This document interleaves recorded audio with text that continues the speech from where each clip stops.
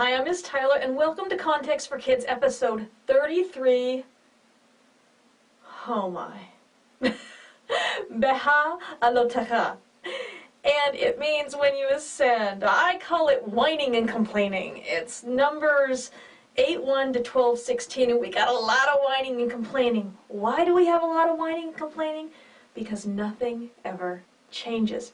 And if you look at humans throughout history, you're going to find one constant, one thing that never changes. Nothing is ever good enough for people. Not even the perfect life that God was providing them. All right, so here we go. No, by the way, that is a yucky word. Look at that. That's just, I had to learn for my class. I'm taking a class for my temple teacher on the sacrifices and offerings. And I had to learn 65 vocabulary words. And none of them is as difficult to say as that one. That one's just messed up. All right, so now, Numbers. At this point in the Bible narrative, they have been out of Egypt for 13 months. Okay, they've built the tabernacle. It's been inaugurated. They got the priesthood in place. The sacrifices are going. And, you know, they've been eating manna in the desert. They haven't had to work any, there's no harsh taskmaster. They got like they got some pretty choice living here, okay? And they know that they're on their way to the promised land. They had a first Passover, and the people who couldn't celebrate that first Passover because maybe they were defiled through corpse impurity, they got to do this. There was a second Passover that they always do, okay? So, here's the deal.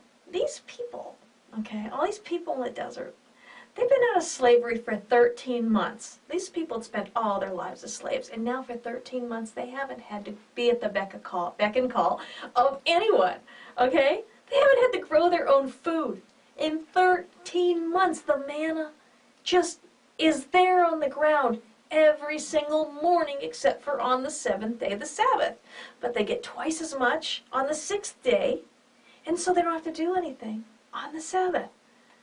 So they'd been safe for 13 months. No one was coming in and attacking them. If you saw a big, pillar of fire or cloud coming out of the middle of a camp, you wouldn't go mess with anybody either. The scriptures say their clothes never wore out. This says it later in Deuteronomy. Their clothes never wore out. Their sandals never wore out. And is it too much to maybe think that if that was possible, then maybe, just maybe, their clothes grew with them? I don't know. It doesn't say. But these weren't people who had to work very hard out in the desert, okay? There were times they were there drinking water from a rock. They could see God right there in the camp for 13 months. Pillar of cloud by day, pillar of fire by night. He's always there. Life was awesome. I mean, really, life was awesome. They were like living the life. I mean, sure, they didn't have television and video games and all that kind of stuff, but they'd been slaves all their, but they also didn't know those things would ever exist, so they didn't miss them either. I mean, they were sitting around. They could, they could learn the laws. They could play music. The kids could play, without having to worry about a slave master beating them with a stick or something. They had these privileged lives. They had privileged lives. All right, so life was awesome. And then the whining started in chapter 11. Now remember, there'd already been whining at the edge of the Dead Sea. Oh, you just brought us here to the edge of the sea to die. Really? All 10 plagues. And they got released from slavery. Then they crossed the Red Sea. And Pharaoh's, not just the army, but Pharaoh himself, it says later in the Psalms, they were all killed. Okay? And they crossed over to safety. And they get to Sinai. And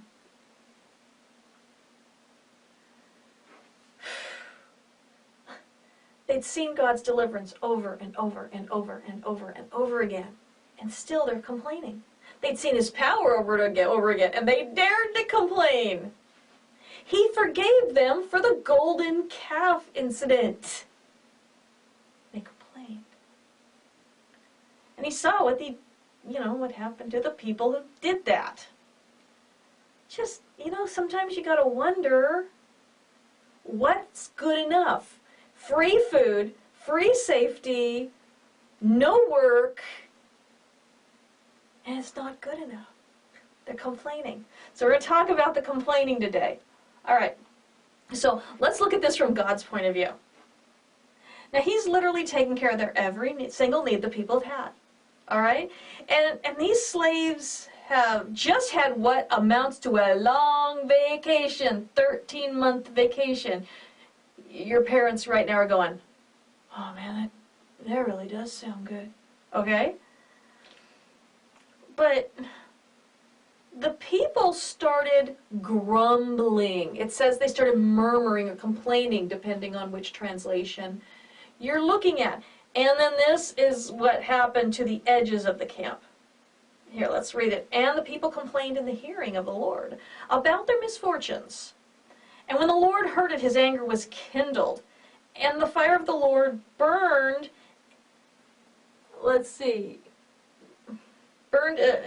consumed some of the outlying parts of, consumed them and burned among them, and consumed some of the outlying parts of their camp. Why the outlying parts of the camp? Well, have you ever been in a group where people are complaining? They're kind of on the outside. Oh, did you just see that? Oh my gosh. Yeah. I mean, you don't really want to hear, but you want everyone to see that you're complaining and murmuring, so you're doing it within sight, but you're not doing it within hearing. So these people, they were towards the outside. They wanted to be as far, in my opinion, from the tabernacle as possible, because they knew God was there, and they figured He could probably only hear so far. I know. And so they were on the outskirts of the camp, and fire burned them. Well, of course, the people go, oh, no, forgive us, because, does that seem harsh? If that seems harsh, I want you to look at the wording. And the people complained in the hearing of the Lord about their misfortunes. Okay? Misfortunes? They're not slaves anymore. They're not working for a living. They're not having to farm their food. They got the life. And they're complaining about their misfortunes. Whoa. If I had just delivered them with a mighty hand and outstretched arm, those people need to be grateful that I am not their God. Seriously, you all should be glad that I'm not a God at all, because there's a lot of messed up situations out there.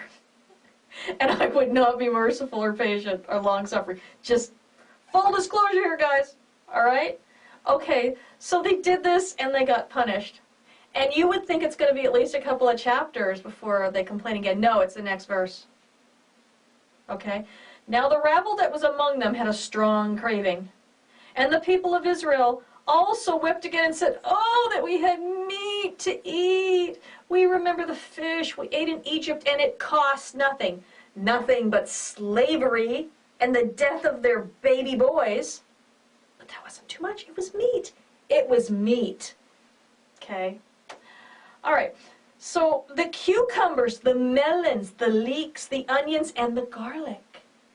But now our strength is dried up, and there's nothing at all but all this manna to eat. Oh, they did not go there. Are you serious?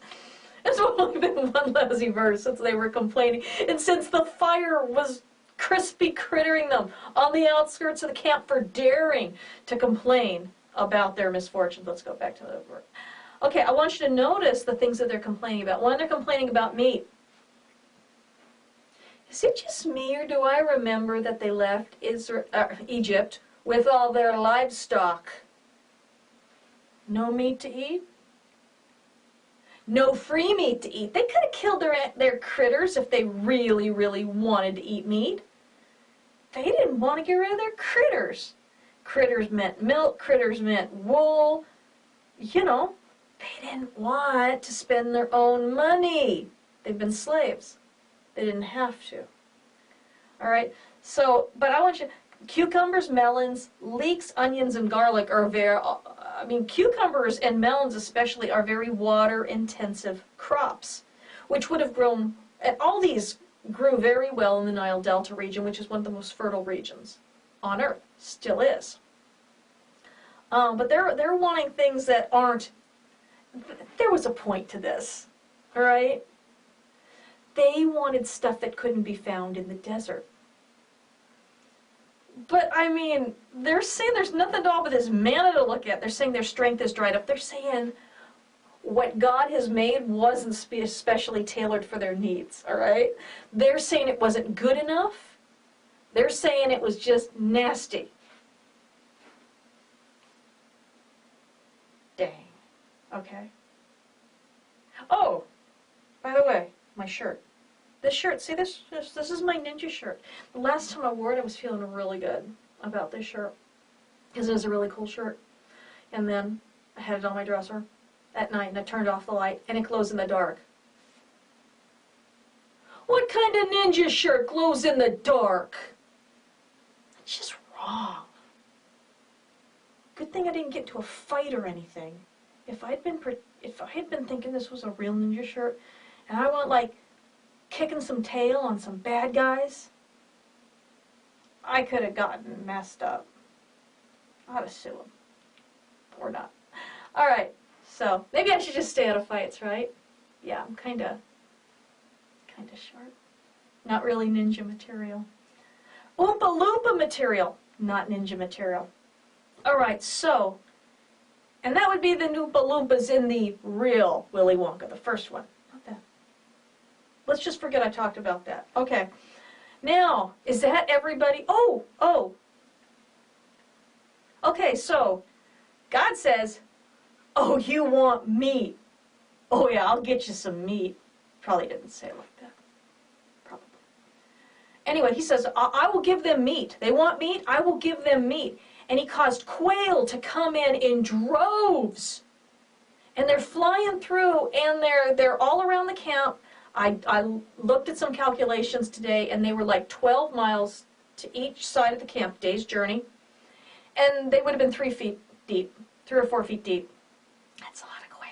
So the people went, and I can't remember how many bushels it said they came back with, a lot. And so, I mean, this would have been enough meat for a month. So, you know, they would have killed them, taken them back, and they would have dried the meat. Of course, then a plague hits them. Because it says while the meat was still between their teeth, they got hit by a plague. You know, they said, our strength is dried up. There's nothing at all but this manna to look at. They were saying God's food wasn't good. And so it's looking like the quail, well, I don't know what was going on with it, but they were so anxious to eat it. I don't know if they didn't cook it properly, or if the Lord just hit them with a plague. Either way, we don't insult the free gifts of God. Can you imagine? Bad enough when we do it to our parents or anyone else who gives us something free, and we just sit by and criticize it when we haven't put anything into it but we're receiving. That is evil. Okay? That is really evil. Alright, so they weren't the only ones complaining. In chapter 12, we see Aaron and Miriam start getting on Moses' case. Okay, because of his wife Zipporah, who's called that Cushite woman. Now I bet somebody in your house is saying, whoa, it says Ethiopian woman, she's Ethiopian. Cush is one of the sons of Ham, and she was Ethiopian. So isn't Cush Ethiopia? Yes and no. I'm going to teach you guys about something really cool. I don't think I've done this before. Called a parallelism. And I want you to say it no, don't. Okay. A parallelism. That is something poetic they do in the Bible when they want to join two concepts together. So let's look at this. This is Habakkuk 3:7. I saw the tents of Cushan in affliction. The curtains of the land of Midian did tremble. Now, in these two verses, there are three different parallelisms. Jeez. They want this verse to equal this verse, and so they're going to make the wording almost the same. They're going to relate tents and curtains, because in those days they were related. Curtains are how you would add onto a tent. Affliction and trembling. Okay, so we got tents and curtains, affliction and trembling. And we've got Cushan and Midian. So there were two Cushans in the Bible. There was two Cushites, Cushans, Cush, whatever you want to call it. And one of the meanings of Cush was Midian. Where was Zipporah from? Midian. So this wasn't talking to Moses about a different wife he had. This is about his wife Zipporah. And Aaron and Miriam were getting on his case because he had really married outside of the faith. Okay? He had married a woman who was a heathen. And they were getting on his case about it. And they were really taking some cheap shots. Okay? It's like, well, are you the only one who hears from God? And, well, God got really angry at them. And he was like, okay, you know what? You guys, I talk to you in riddles and dreams. Prophets, I talk to them in riddles and dreams. That's how he talks to prophets. But not with Moses. With Moses, I tell him things clearly, like a man does to his friend. So I'm not doing any of this stuff where you have to wonder what I mean. That's how I treat my prophets. That's how I treat you guys. And Miriam was, of course, a prophetess. But Moses, I don't beat around the bush with Moses. I let him know exactly what I mean, and I talk to him like one man talks to another. That is an honor. That is amazing. So, anyway, what happens? Miriam's stricken with leprosy, and people say, well, no leprosy for Aaron? That's not fair. Well, there's a reason why there was no leprosy for Aaron, but there was for Miriam. Certainly Miriam and Aaron were guilty of the same sin. Okay? They were reproaching Moses when he hadn't done anything wrong. Two, really they were jealous. Okay? They were trying to one-upsman him. You know, they were just trying to be on par with him. They were trying to elevate themselves above where God had placed them. And God had placed them in a really good position, but it wasn't good enough for them. So they're taking Moses to task, and you got to imagine, when God's speaking to you face to face without any riddles, if God had a problem with Zipporah, I think he would have said something. Yeah. All right. So Aaron escaped leprosy for one reason and one reason only. He was the high priest. And the high priest could have no blemishes whatsoever. So there weren't a lot of priests in those days. There were three. Three priests. And you couldn't afford to have the high priest down for the count. If the high priest had been stricken with leprosy, it would have been shameful to God in the eyes of the world. And so he was spared. Now, what was the upside to all this? Well, one chapter before, in 11, something really interesting happened. And it's called the Sanhedrin. Of course, it wasn't called the Sanhedrin in those days. Sanhedrin is a Greek word that means sitting. And it's the word that came to be what the Supreme Court of Israel was called. And in chapter 11, we see that Moses is so sick of the complaining. Can you blame him? He's so sick of the complaining that he says, why did you do this to me? Kill me now. This is too much for me. And it was too much for him. It was way too much for him. And so God says, well, gather the 70 leaders, elders, okay, to me. And so Moses gathered them. And it says that God took the Spirit, the same Spirit that was on Moses, and put them on 70 elders. And they started prophesying. And 68 of them were in front of the tent of meeting, and then there were 2 that had not left the camp that were still there, and they were prophesying. Joshua comes booking in saying, my master, these guys are prophesying, tell them to stop. And Moses says very wisely, oh, I wish you guys were all prophets because, dang. Because then everyone would be hearing from God. All right? So anyway, they set up those 70, became the Sanhedrin. The original Sanhedrin was the 70 elders with Moses at the head. In succeeding generations, as Sanhedrin members would die, they would lay hands on replacements, and they would transfer that spirit, that same spirit that was on the original and on Moses, and it went down and down, down through the generations. And in most cases, after the death of Moses, it was generally the high priest who was that 71st member. Okay? Until right before the time of Yeshua or Jesus, when they lost so much confidence in the high priest that they said, no, we're not doing that anymore. Because the high priesthood was on sale to Rome. But we'll talk about that next year, not this year. Just wanted to kind of let you know that God came to Moses' rescue. And he made sure that there were people who would also be hearing from him. People who could judge, people who could make binding decisions and judge the people. So that's really, really cool. God took care of Moses. But a lot of time Moses just had a lot of problem, poor guy. All right, so this whole thing was about whining this week. And I didn't really give you any ancient Near Eastern. Oh, here's one piece of ancient Near Eastern. In Egypt, they have it recorded that in the Sinai Peninsula that they would have migrations of quail. And they were so thick, 1 to 2 million, that the fowlers would put their nets up in the air and they would catch a whole net full just by throwing the net up in the air. Matter of fact, you'll see it in Psalm, is it 90 or 91? The snare of the fowler will never capture you.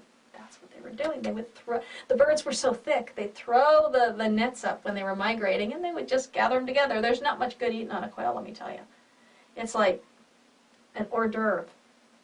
All right, so what's the big deal with whining? Complaining about what we're getting for free is about pridefulness and ingratitude. God gave them everything. They didn't earn it. They didn't do anything for it. They didn't deserve it. God gave it to them because he had loved Abraham and Isaac and Jacob, and he was keeping his promise to them. See, the Jews today know that it's on the merits of Abraham, Isaac, and Jacob that God blesses them and does things for them. They know that he has absolute faithfulness to the people that he loves. And it says, those who love me, I will bless to the thousands of generations. All right? And even if a generation's just 20 years, that's 20,000 years. 20,000 years have not gone by since Abraham, Isaac, and Jacob lived. Not even close. All right, so like I said, complaining about something you're getting for free is messed up. Great googly moogly. All right, what we're saying is we deserve better than what we're getting. But if you're getting something for free, how can you deserve more? That just doesn't make any sense, does it? If someone's giving you something, be grateful for it. If it's your parents, if it's a neighbor, or if it's anybody. Because I'll tell you something, when you're giving and giving and giving for free, and people just take and take and take and complain, they're acting like the Israelites out in the desert. And ain't nobody got time for that, especially not God. He doesn't deserve that. So whatever he does for us, remember we didn't earn it. We haven't earned anything God's done for us. And so whatever he has given you yesterday, thank him for it and say it would have been enough. And whatever he gives us today, know that whatever he gives us today is enough. He doesn't owe us any more. But then he always gives us more because he is so good. And so remember, we don't deserve the free things he gives to us. We're not entitled to them. We don't deserve them. It's It's His greatness and mercy that sees that we have the things that we need. All right, so great resources. My book is being edited right now, so I'm excited about getting that out soon. And I've already started my next book, Context for Parents. Not Context for Kids this time, Context for Parents. Okay, so here are some great resources, though, that are available online. TorahPuppets.com, and also there's Torah Puppets YouTube channel if you haven't been checking out the episodes. They're hilarious. Even the teenagers love them. They're just, I know it says puppets, but it's really cool. It's like, who would have ever thought that watching vegetables sing and dance were cool? But it was cool. Anyway, Torah Puppets is even cooler. So, Lessons in Yeshua's Torah, which goes through the Torah portions at a very young child level, and it's great for introducing your kids to the Torah portions, your young kids, for the first time. She's rewriting it, so if you can wait, go ahead and wait until it's in its reprint, because she's revising it. And then there's Love for Yeshua Youth channel on YouTube, and my friend Chris Knight and Ephraim Judah, that's Chris's friend. They are taking questions from teens, and they're answering them. And they're in that, they're in their early 20s, and so they can still remember what it's like to be a teenager or a kid. Not like me, I'm too old. I say, what? No. Okay, so you guys just forget I said that. Anyway, so that is this week's Context for Kids.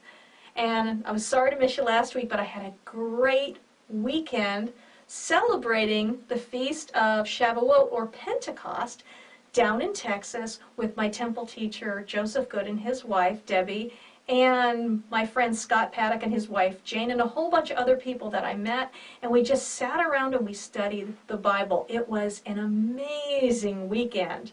And parents, if you've got teenagers and you're really interested in them having an amazing college-level curriculum, take a look at www.jerusalemtemplestudy.com.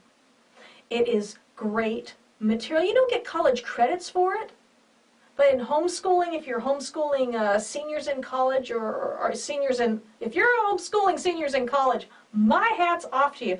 But if you're homeschooling high school students, I'm taking that course right now. It's the one I just had to do 65 Hebrew words and phrases for, and not only do I have to know what they mean in the English transliteration, but I also have to be able to recognize and read the Hebrew too. So it's really great. I'm getting a multifaceted education, even at my age, and I know your kids would really, really benefit from it. So consider that if you're looking into a curriculum alternative for your kids.